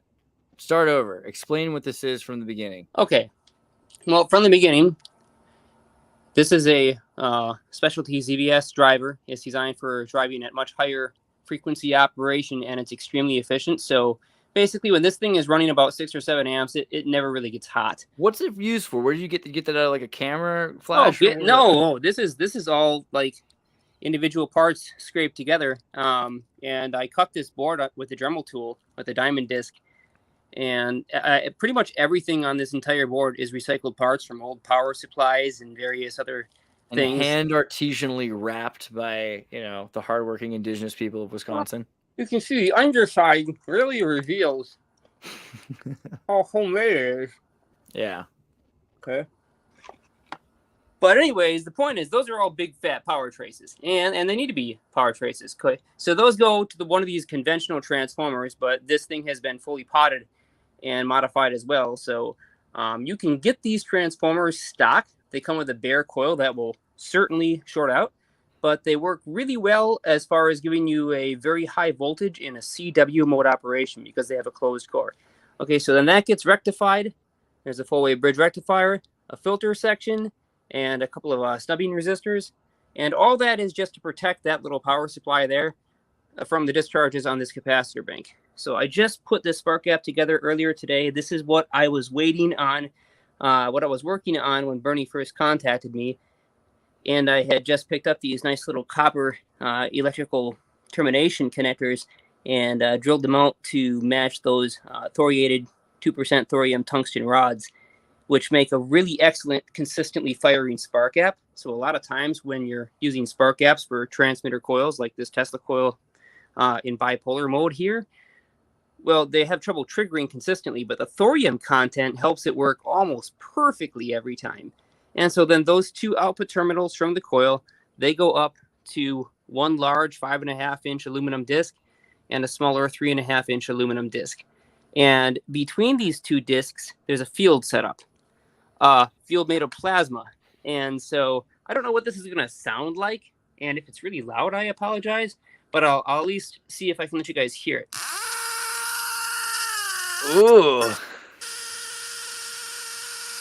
Can you show the oscilloscope as well? So are you able to get that in focus while you're doing the demo?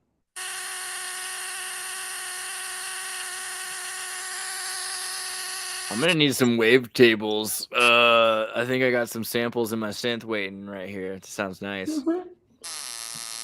Yes! Absolutely. Definitely. You so need to be excited. recording this and sampling this, please. Look at that line. Yeah.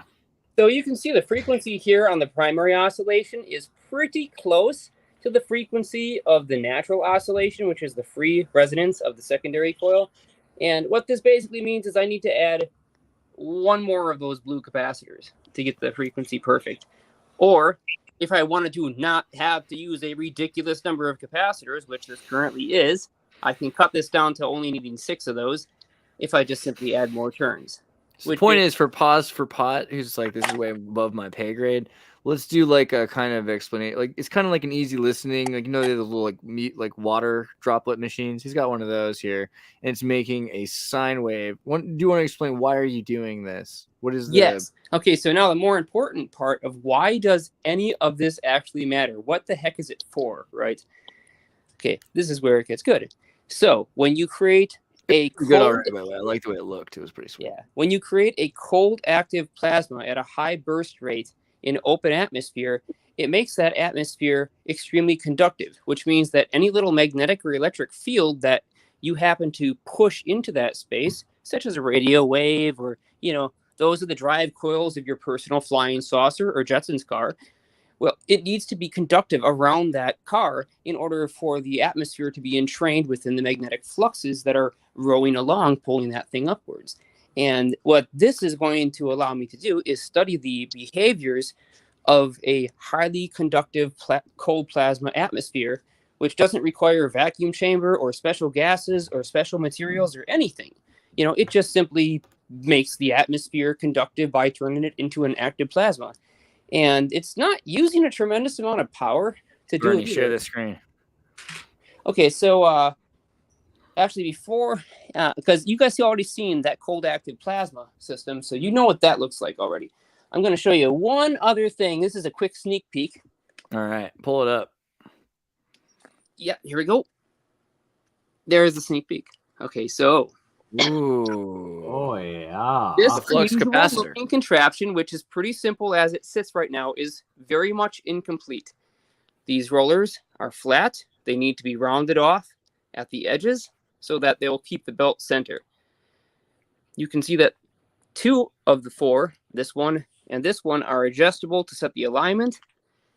This one is going to be drilled out and rigidly mounted to the inside pulley, where there will be a small timing gear belt mounted, pulley mounted on this, and then the motor is going to be sitting right back here. And right about here will be a 100,000 volt power source.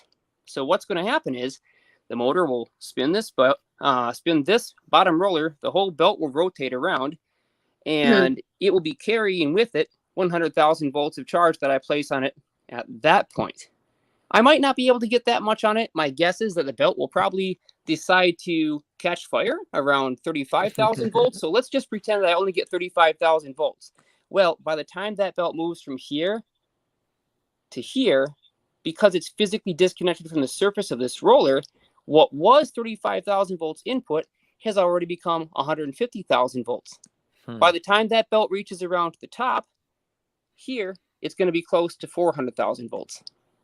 And this is going to create an electric field that rotates and circulates inside, an electric field that is not neutralized by a magnetic flux. It's called a complex electric field. And in electric fields, you have 2 types of modes. You have the cross product. So just to make it simple, a cross product just means that you've got, 2 beams crossing. And whatever is in between them at that cross point, well, that's your magnetic field. And your dot product is very interesting because it means that if you move something at any velocity greater than 0, due to the facts of relativity, you end up creating an extra electric field because of its velocity compared to the stationary observer. So where does this all go? And now I'll just break it straight down to the layman's terms. This weird field in the middle should create a trapping force field that can physically stop objects from moving through this borehole, which currently you can pass your hand through. I was patiently waiting for you to get to that part. So since this is a smaller scale proof of concept of what actually occurred at the 3M tape factory, I wanted to know if we'd be able to just chuck some plastic pellets at it. We're gonna throw all kinds of things in there. Absolutely. So this thing, but you don't want to, whatever you like. This is like a gender reveal machine. Like you don't want to put anything in there. You don't want to knock it out, right? Like it's gonna. No, actually, this is a thing that's safe enough for humans to go inside if this was scaled up. Birds got While stuck. it was turned on? Birds got stuck in the 3M tape factory field. Yeah, birds got stuck in the field. So let me explain why. Because you heard me say 100,000 volts, and then you heard me say safe for humans. Okay, so both those things don't seem like they're compatible ideas. Frankly, I don't believe in safety or humans. I think safety and humans aren't compatible. But keep going. I think. How do you wrestle and sleep at night? Go ahead. Yeah, I think humans and morality seem to be incompatible based on the way the world looks today. But at least there are some good ones out there. But anyways, the reason why it's safe is because that extremely high voltage, which is probably going to reach, as I mentioned, over 400 kV, is never going to touch anything on the inside. It's just going to exert an electrostatic force. And so just like a balloon that you rub on your head, and before you touch it to a surface like the wall or the door, you can already feel that it's pulling on that surface. Well, imagine that you had the equivalent energy of 100,000 balloons, and they were all pulling you in different directions all at once.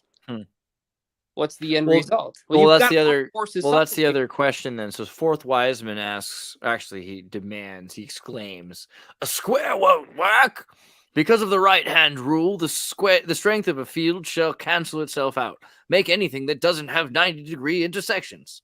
So, I mean, why didn't you make it a circle? Did he really say that? Is that a quote? Because if that's an actual quote, I need a link to that freaking quote. Because I'm going to use that. Okay, I there know. are I think it's specific straight reasons out why- of Morals and Dogma. It's all about the square and the compass. No, I think though. I thought at first I was confused. It You is didn't make about it a triangle. Why didn't you make it a triangle or a circle or an octagon? Why did you Isn't pick? supposed to be a small scale replica of what happened at the 3M tape factory. So if I recall Gotcha. correctly from the schematics, I believe that's what roughly Jeremiah is following. Gotcha. Yep, Okay. this is based on that information and a lot of research into similar things. So I happened to meet somebody, had the unique opportunity to meet somebody and get the information about their experience, who was there 1 week after David Wow. Swanson was there and reported that crazy invisible So wall. your intention is to like create the same circumstances, but also if you were to try to debunk, if that's the word, or like, what would you say to this The idea word that would be that the verified, strength not debunk. because of the right hand? What do you believe about this? The right hand rule that the strength of the field shall cancel itself out. Is this true? Do you know this rule? Yeah, they didn't. Okay, so first off, at that time, they did not have anything called the Lorentz transform, which would tell you that the ratio or relationship between two forces experienced between two different reference frames are not mutual. Okay, so, basic Newtonian mechanics will tell us that for every force, there should be an equal and opposite force. And we assume in a flat space-time or in a flat temporal field that these forces will be equal and opposite. But here's the funny thing. If one of those two objects is moving really fast and the other object is not currently moving compared to the surrounding frame of reference, it turns out that the mass actually creates a secondary field which acts as a new reference frame. And now that relative velocity makes a difference in Jeremiah, the electric field. this gives me an idea. You know how I've been wondering what like the lattice is of certain force fields if we can actually recreate them. Would we be able to attenuate it so we could throw like fine powder at it and in some way maybe kind of see the lattice? As far as the CL nodes and the fine structure constant at the Planck scale, you're not going to ever be able to visibly observe those things because it's just so small. Yeah, I was wondering if there's a way to scale it up or down. Well, actually, I can comment on that at least. If you're looking for evidence that this cosmic scale, that this cosmic lattice exists at the Planck scale, you can see the iterations of its fractality continuously show up at larger and larger scales whenever you have the primary two components that it interacts with, which are the electric field and the orthogonal electric field, which we call the magnetic field. Awesome. So, I'm basically here for Star Trek. I want force fields, so I'm pushing them on this. Force I'm pushing fields them are hard. everything. Force fields We all the need way. these wormholes and barriers, right? Just boop, boop. How about the Dune force field thing, right? Like in the new Dune, where it's just like they just press that little button and there's like this blue reflect. Pretty cool. Kind of like a crystal energy style as opposed to. I've always loved the MHD force fields too in sci-fi because those are actually something that I've already played with and done. Boeing has a patent on it, and you've seen them in games like Halo, where you can set one of these bases down, turn it on, and activate it, and it will generate a barrier wall extending from the ground that's made of controlled panel sizes. And so each of those is basically like a little electric field projector, and they all phase together at some X distance in what they call the interference zone or the Fresnel zone. And right at the far field boundary, they become physically tangible. And so you can see the same effect happen when wavelength for a photon output is expanded over a wide area, and then it's caused to compress or cross itself in a very small area, the energy concentration at that point is strong enough where the electric field can rip off an electron from atmospheric gases, and it turns them into a plasma and creates a little glowing ball of light in the air. So with high energy pulse lasers, you see this glowing ball of light, and people think it's lighting the air on fire because it's so hot. But we got to remember, there's no heat. It's just light. There is no heat. What's really happening is it's electrically tearing apart the atoms in the air, ripping their electrons off violently enough to the point where they luminesce, and also produce an expansion of impacts, neutral air impacts, which produces a sound. So this is evidence straight out that you could already generate force fields, but if that wasn't enough, Boeing has a deployable technology that they suggested being used on tanks and Hummers, which is their force field generator, and it uses just a pulsed electrostatic field. It's sort of like an onboard EMP in order to eject out some matter, basically ignite it into a plasma, and then use a magnetic field to constrain that plasma and thicken it up enough to stop a projectile. Electrostatics are mystifying to me.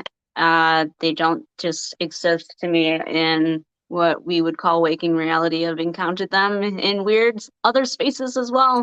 Makes me curious, you know, run into some interesting groups while dreaming. I think they were connected. Electrostatics are connected to the military. Yeah. Oh, I wouldn't doubt it. Yeah. It was not a nice feeling. I definitely want to agree with you as well on that point, that the study of electrostatic forces is, in my opinion at least, and I back you up in as far as what you were saying, in my opinion, one of the most understudied and misunderstood topics that's missing from the current science. And the really crazy irony of the lack of proper comprehension for electrostatic forces is that's how we started as a human species in the modern era, learning what electricity was. Because it turns out it just happens to come down from the sky like that. So it's like, here's this thing that's all around us, and we studied it briefly and then decided, well, there's no current in it, and it has trouble, making magnetic fields that are strong enough to turn our motors and do these other things, so let's just ignore it. Also, you can't charge for it because it's pouring down from the atmosphere. I mean, you could charge for making more of it if you wanted to burn some fuel to make a high voltage field, but the fact that it's just coming down from the ionosphere all the time, I can guarantee you that a more intelligent species would certainly utilize that electric field to fly around our atmosphere. And NASA thought so too, in their space colonies document, and in many other documents and patents. They show exactly how to use an electron beam or a proton beam to create a lasso onto a cloud by charging up the whole cloud and your ship oppositely so that they get attracted. And clouds weigh a lot. They weigh more than your ship. So no problem holding on a cloud and swinging off of it. So clouds, the next. Clouds do weigh a lot. How are they floating above us? And how is there so much water above Wait, I wanted to back up for a second. A lasso on a cloud. Is this technology we have? Was this a demonstration? Is there a hidden video somewhere?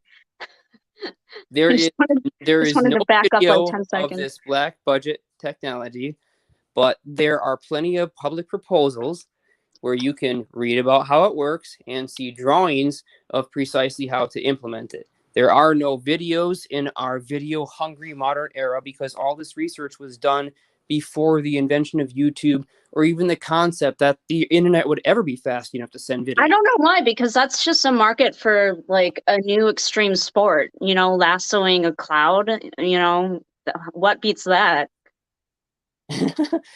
Well, you probably don't want to hear about the amount of voltage it takes to do it, but the funny thing is it's an automatically generated voltage because of your electron beam projection. So if you have only 500 kilovolts to work with, and you want to bring your ship up to a potential of, say, 10 million volts instead of 500,000 volts, all you need to do is have a beam that you can shoot away from your ship that carries the charges with it and get it off the ground so it stops shorting out. Then it will just continue to build up voltage until it's literally repelled straight off the Earth and sucked towards the ionosphere. So what are the applications here? Break it down for us little people. There are no little people here, only people that are curious or haven't Well, heard I this stuff am yet. very short. I'm very short. I'm a big person on the inside, but I'm very short. So I guess I'm just talking about myself. But I want to know what's the applications here. It's like when you're in math class and they're trying to explain math to you and you want to know where you're going to take this with you in the rest of your life. Okay, well, if we consider the applications for the whole entire topic and not just the cloud swinging or the electrostatic wall or this dielectric barrier field, if we just consider the whole area and study of electrostatic forces, the applications are you can move objects without touching them by having a small battery-powered handheld device. You can Down with that. Yep. You can That's create good. real force fields that stop objects from moving through without having to have a physical thing there. Oh yes, I Yes. need the personal aura. I don't know if any of you guys have been watching Foundation, but I need a bracelet that just gives me a force field around my body, please. Thank you. Yeah, we all had that, and then I think it was like Sheryl Crow who did Lance Armstrong, and we had to rip our bracelets. Yep. Beyond that, you can use it to suck down power from the ionosphere and create an ion channel from the ionosphere through your device to ground, where it will neutralize. And if you get it oscillating back and forth, like Tesla decided to do with Wardenclyffe Tower, well, then you can extract the extra power that was already provided by the Earth being bombarded with positively charged particles from the sun. So this could go down in other avenues as well. I'm thinking about our good friend Adam. He's looking for ways to pull down that energy and use it in a way that is friendly to human organic matter. The most profound implications are those of forces at a large distance, and invisible forces with great strength. So it wouldn't work so well as something on a very tiny scale, or I should say it wouldn't be as easy to implement. And the main reason for why is these forces tend to be cumulative. They build up over time. And the larger volume of space that you can physically grab hold of and manipulate, the easier the effect is to do. So when you try to squeeze this into a box, it tends to become very difficult. And the forces are usually incredibly small, as many experimenters have tried to do before and failed for not recognizing this fact. They don't think of the space-time as aether or as physical or as important. They just think of it as distance. And that thinking will give you all kinds of failed results when it comes down to space-time metric engineering. But if we recognize that the aether is actually heavy, it weighs something, it has most of the properties of matter, and it is the source for sustaining matter, well, all of a sudden, the whole equation changes, and now we have a real mechanism for screwing with the physical fabric of reality that we live in. It's one step at a time. We got to duplicate the phenomena, see if it's possible, and then what is the next step? Can we shape it? Can we create a vector? Can we use it simply in, is this like the same energy as electroculture if applied properly? It's exactly the same energy as the electroculture. Atmospheric energy. Boom, you nailed it. It's exactly why electroculture works. That's exactly it. Perfect, right? That's the real science. And it's a good way to end this out with talking about the experiments of electroculture.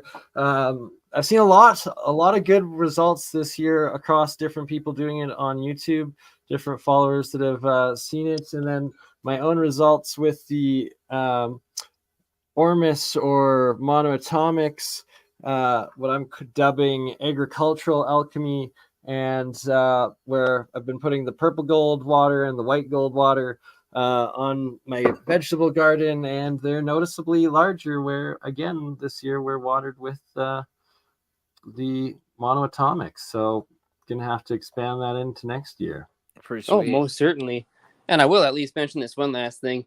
The real goal with that power supply that I demonstrated today, the one that makes the purple corona, it was You want to not make that purple the corona purpose one more or time? study of that corona. It actually has a primary function. That was an ancillary function that I was able to set up in time. Its primary function is to remove the inertia from an object by surrounding it with a plasma and making that plasma oscillate back and forth in a single linear direction extremely quickly. This is an effect that Stoy and Sarge recognized and named heterodyne resonance. And what happens there is an electron is ripped off of its constituent atom, and all it takes is one electron to be ripped off. The electron, as it accelerates because of the electric field produced by the corona, is lighter than the nuclei. So it is always slightly ahead of the nuclei. And what happens is the atom's nucleus tries to catch up to its missing electron, but the electron is spinning around really fast, producing its own quote unquote magnetic field or rotating electric field, and the nuclei can't catch up. And right before it gets there, you fake it out and you rip the electron back in the other direction. So you basically don't lose any energy from current conducting, which means this is all a low energy effect, but you do build up a really high amount of energy in that local space. And this starts to physically warp the space-time and compress it along two of the three axes and expand it along the other. So you can nullify inertia of an object using this same effect and also produce propulsion forces which don't have a reaction force. And the day we can all see this will be amazing. In the meantime, I feel like your brain is turning into an Akira blob and slowly consuming us all. But I love you. But you can see it. I'll still see you in the your morning. own gardens with electroculture, and also potentially cathedrals and used to harnessing atmospheric electricity. And in the pyramids, essentially the same physics and principles as the scalar waves that Sam Osmanovich has been documenting at the Bosnian pyramids. Julia, what's the remaining schedule with Sam, and would we be able to coordinate something with you tomorrow or Sunday? Yeah, we got to figure something because there's two of conferences going on one location, so he's doing both. So he's on like all kinds of panels, and he's like jam packed. But let's add him to one more, right? Let's do it. I'll try to nail him. Be like, hey, listen, Sam, we got to talk to you. Sweet. Epic. Well, we're at like the 2-hour mark. I think it's pretty epic. We'll do the history thing next time, but we have some stuff that we wanted to share a bit about that as well. Ooh, that could be a good thing to talk about more after we do some Sam stuff. I should do a little 2-minute teaser of where I went to this summer, because this summer you went to the Bosnian pyramids. I went to the Badland Guardians in Alberta. So like this guy right here, and this guy right here, these different faces. This one called the Mayan Dragon Headdress Guardian, and the Indigenous Warrior Guardian. And while I was there, I was able to find these terraced layers, these parallel, what look like former agricultural man-made structures, equal, obviously terraformed, built by some sort of intelligent design, hands, or machinery. And it's literally entire valleys that every single face you see is covered with these ancient terraces and macro terraforming, just like the Nazca lines down in Peru and all the other geoglyph sites around the world. They're like stepped buildings. It's so much more real than like. So it's funny because people look at it and you think, why would there be this thing? But even beyond, if you just can get past why for a while and just like ask, is it? You have to say yes. It's just crazy. Look at this, and nobody wants to admit like 10 that different faces. I mean, faces and terracing work is obvious terracing work. That's like, that's not like every natural. single hill. And I was talking to the ranchers that own this property, and like I walked throughout all of it. I trespassed a little bit. I'm gonna go back with permission later. But the point being, it was like this was not made by any human in any recent memory timescale or like the generations of current inhabitants. Unless it was. But you know what, Bernie? The point is history is racist. So we got to stop looking into it. We got to stop digging because we're not supposed to know. But yeah, right. No, there's somebody did something. And you're looking at it. And it was most likely this guy and like this guy. I like that one. Man eating a fish is my favorite of them all. Right, so that was cool. I had to take her to the airport this morning, so I'm pretty exhausted. I'm like falling asleep. A bit fatigued. So let's do it again. But guys, thanks for being here, and gals, and everyone in between. And Julia, keep us posted. I will make myself available anytime tomorrow or Sunday, and we'll try to have Xirtus on as well. And let's keep doing it, guys. Real science. Thank you, Liminal Jam. Thanks, y'all. Right, and I wish we could play a sample. Can you play a sample of like my computer? It's still in the background trying to process it through the whole show. Next time. It'll be there. It's in the works. It's in the works. As is another Real Science episode, and it'll be a few weeks away as everybody's busy doing their projects, and you've got a wedding. I got to Mexico, yeah. Right. If you're close to pyramids or cenotes, I expect videos. That's true. So. Seeing all the pyramids quietly, get them all done. Yeah. Right. Pretty sweet. All right. Much love. Thank you all. Peace. Stay blessed.